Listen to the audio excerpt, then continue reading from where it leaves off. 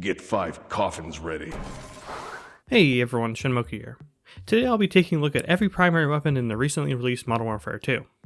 Speaking of recently released, the first Battle Pass is coming out, now, so for this video I'll just be taking a look at all the launch weapons. Then maybe I'll do a similar video, but about the DLC weapons instead at the end of the game's lifecycle, if I remember to.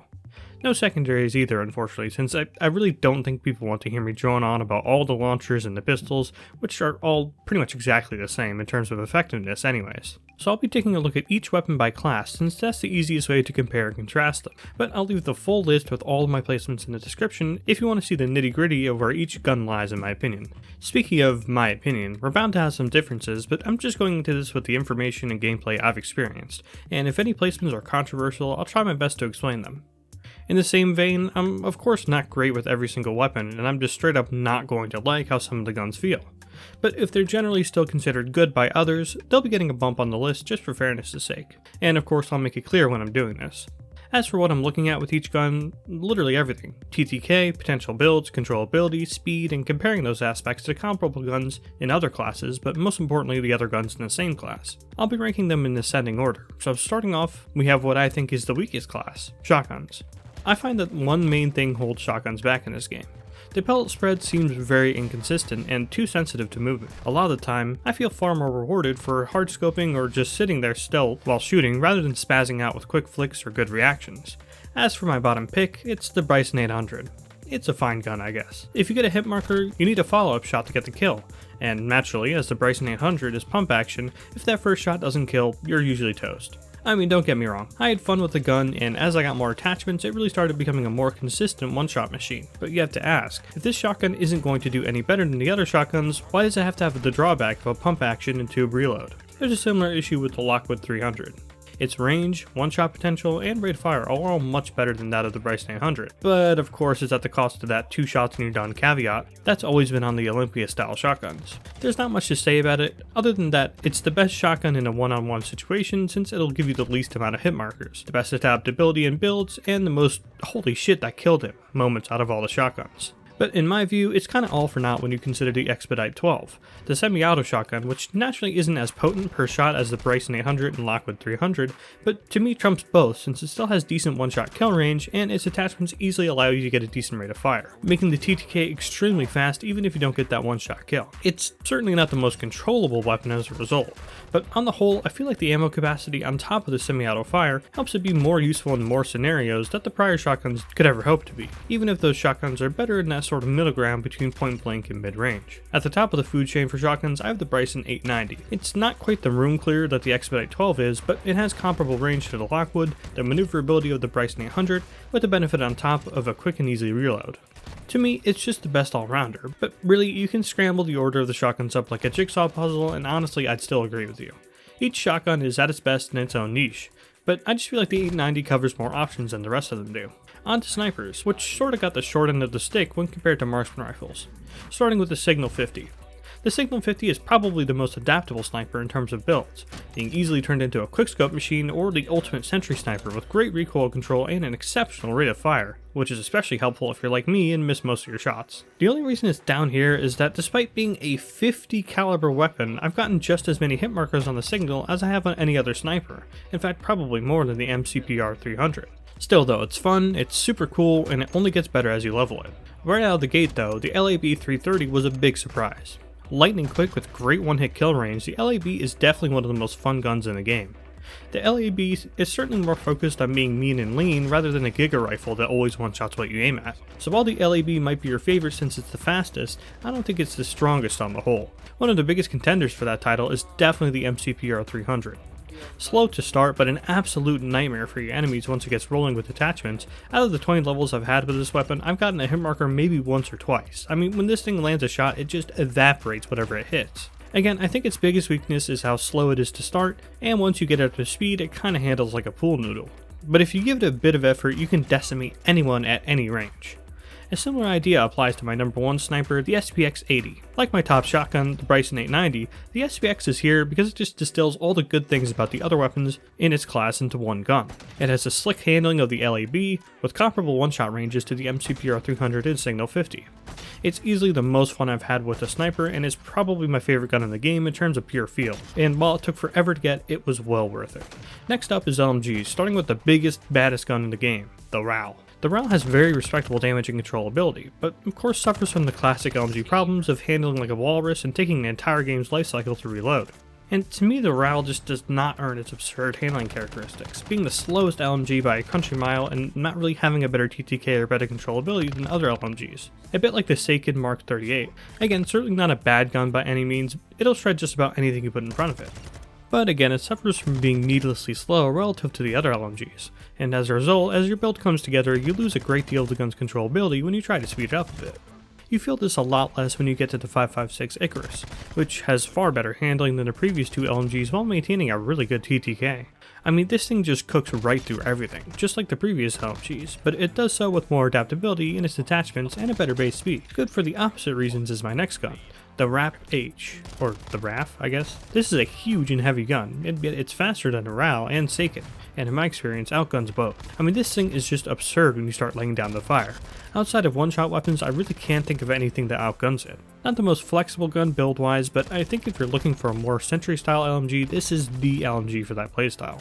A gun that doesn't nearly have as much focus, but is still extremely potent, is the HCR56. This gun starts the trend of top-tier weapons in this game, where they do everything that you expect from their class, but they barely have any of the downsides that their respective class is known for.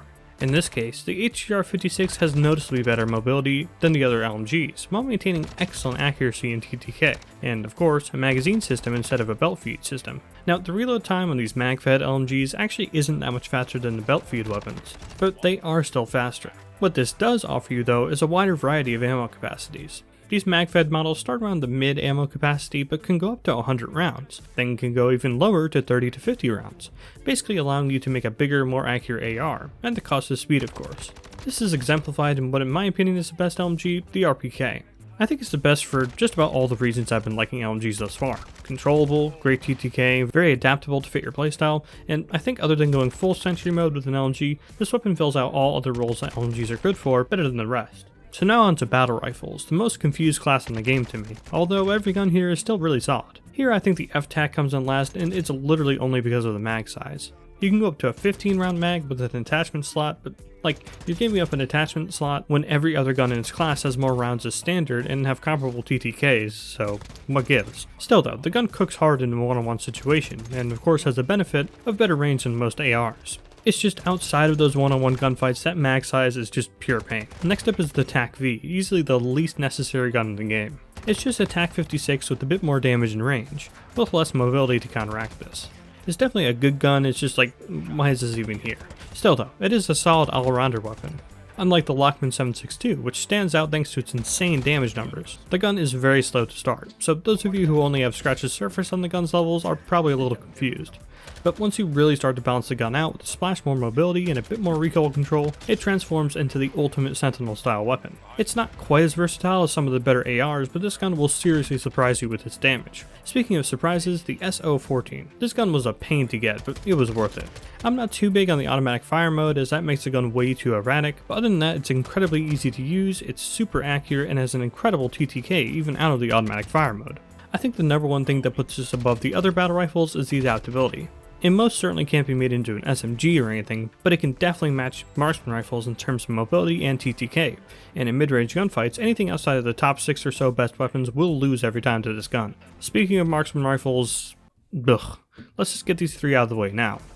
The LMS, EBR-14, and the TAQ-M. I mean, if you want to talk about guns that serve no purpose, look no further. These three weapons are huge semi-auto weapons that 2-shot kill at short to mid-range, then 3-shot kill at long range. You may be thinking, well, what's the point of that when other marksman rifles have better handling and one-shot kill at mid to short range? And you're right, these weapons are not good. Trying to think of what situation suits them best breeds not, as well, trying to catch rotations or camp, marksman rifles, snipers, and LMGs are all better. Trying to go sentinel style at mid-range, battle rifles and most ARs are better. If you like these guns, that's totally fine. And if you get that one-shot headshot, it is very satisfying, and I respect you for trying to make them work. but I really don't think that anyone can deny that at any range, or more importantly in any playstyle, there's a multitude of other weapons in every class that can do better than these weapons. Speaking of which, the Lockwood Mark II. This gun is of course overshadowed by the other two Marksman Rifles we have yet to discuss, but the gun is still extremely fun, with the best movement in class, and really benefits from practice to ensure you get those one-shot kills as often as possible. But it doesn't really have the best range in class, and you can certainly get hit markers more often than you'd like. The same can't be said for the SAB-50, my personal favorite marksman rifle. I mean, what can really be said about this gun? It's fast, it's fun, it's adaptable to either a sniper or a quickscoping machine. Its only real downside is that the SPR is in the game. Now, while I prefer the SAB-50, I can't really deny that the SPR is better. The SPR is almost just as fast, it hit markers less often, and in terms of adaptability, you can make it just as fast as the SAB-50 while again having less hit markers, and it suits being a full-on sniper far better than the SAB can. Next up is SMGs, and for this class I'd just like to start by saying that I don't think any gun in here is bad or anything. So if you see your favorite low on the list, keep in mind that I like them too. This is just a really stacked class. So with that out of the way, let's get into it with the Minibak. This is my favorite SMG in Modern Warfare 2019, so it's a little sad what's happened here. Like I just said, I don't think it's bad, but man, that damage and especially the range on it is just so pitiful. I think its main issue is just that it doesn't excel in any way, other than the mag capacity I guess, but a few guns in this class already have that covered. For instance, the VAL 46, which was my second favorite SMG in Modern Warfare 2019. Talk about depressing. But the gun is certainly still solid here, sporting the best mobility in class with good controllability and a 40 round mag as standard. Of course, it falls behind in terms of raw damage and adaptability with builds though. I mean, you're just never going to get it to a point where you can compete with ARs in mid-range, which SMGs higher on the list certainly can. Having the opposite problem is the FSS Hurricane. Essentially an AR with less range but more mobility, the FSS Hurricane is definitely a solid weapon. I think where it falls behind is adaptability. Basically any drastic change you try to make to the weapon often has very negative side effects. Try to make it faster and the gun handles like a greasy weasel. Try to make it more stable and it becomes so slow you might as well use an AR. Then again, the base weapon is good enough that you don't need to make those drastic changes, but then it just sort of becomes a weapon that you only use because you like it, not necessarily because it's good. In a similar way to the MX9. The MX9 has stellar mobility and despite the 25 round base mag, puts the VAL 46 to shame in most situations I feel. The range is... okay, it's terrible, but the MX9 is an SMG's SMG.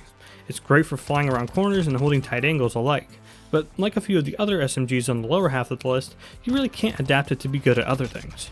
It minces anything at close quarters and refuses to work at even the edge of mid-range. Something that's more flexible by design is the PDSW 528, a mobile, solid TTK and very controllable SMG. There's just not much to say about it that you can't already see. It's extremely easy to use with a 50 round mag, but barely suffers any mobility costs for it. It definitely takes a while to get going in terms of leveling, and those iron sights are beyond terrible, but on the whole there's really nothing to complain about. A bit more on the erratic side is a Fennec 45, a criminally underused gun in my view. This thing just annihilates anything in front of it, and is actually quite controllable despite the insane fire rate. With levels you can tame it a bit, but it does struggle when it comes to trying to find a balance between a controllable and mobile weapon. But to me, the way it performs its job as an SMG when it does get the first shot is just too good to be put any lower. But if you want to talk about balance, you gotta talk about the Vaznev 9K, which, barring the Fennec's absurd fire rate, takes everything that's been good about SMGs so far and smushes them into one gun. The gun is just a joy to use. It's fast, controllable, and a decent TTK. If I had to choose any gun that carries you and requires the bare minimum from you as the player, it's the 9K. My only real gripe is that it's an extremely accurate, mobile weapon, and that's about it. You can't really build it to be anything else. Oh, and the elephant in the room, of course, my top SMG, the Lachmann SMG. I mean, this gun is just ridiculous, there's no two ways about it. Best handling, comparable TTK to top ARs, great range, and the classic SMG mobility on top of that. Adaptability isn't perfect, but none of the SMGs are really all that adaptable, so I gotta compare it to what I can, and it still takes on extra control as well as extra mobility options with no fuss. I mean, this gun really handles like an AR, but with one of the highest mobility in the SMG class. This gun is stupid, dude. Speaking of stupid, ARs, the best class. M16, the worst gun. Now, to be clear, I haven't experienced the horror stories that some have with this gun, like 5 bursts not killing someone, but it's clearly a gun that's been overcompensated to the point that it's unusable. Per shot damage is below average and the recoil is absurd for a burst weapon, and the range is somehow not the best in the AR category on a burst rifle that can't even kill in one burst. I don't get what they were going for with this weapon, to the point that it feels like something was tweaked at some point and they just forgot to make it usable again before release. It's awful, everybody knows it, so let's move on. The next few guns can really be scrambled scrambled in any order you wish, but I'm going to go with the Lachmann 556 next. The gun is an absolute laser with pretty decent movement to boot, but it pretty consistently just does not deal the damage that it needs to. Even if you get the first hit, some stronger weapons can still kill you. It's definitely not bad, but there are certainly better options if all you're looking to do is laser beam people down, like the Kastov 545, at least for me. The Kastov feels just that bit faster to the Lachmann, and to me, frankly, I'm just a dork for those white accents on the AK. It's just a smidge more damaging too, but if you were to tell me you like the Lachmann better, I wouldn't argue with you. These ARs are down here solely because of guns like the M4. Originally thought to be the best gun in the game, the M4 is still kicking as one of the best all-rounder ARs. It really only suffers from being an in-betweener. The control it offers is great, as well as the range, but the damage is just okay and the mobility isn't great. And in my experience, trying to make it any faster just ruined the accuracy and made the gun a non-factor. It's the same sort of story with the TAQ-56, just less so. I mean, really, these guns just feel like carbon copies of each other. Only here with the TAQ-56, it feels like you can fiddle around with it a bit more and make it more your own, without ruining it. But if you prefer the M4 to it, again, I wouldn't argue with you.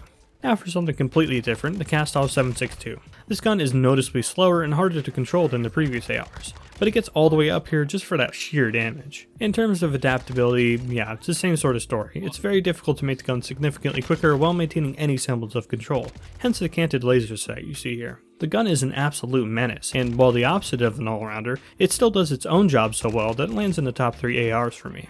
But back to guns that do everything, the STB 556.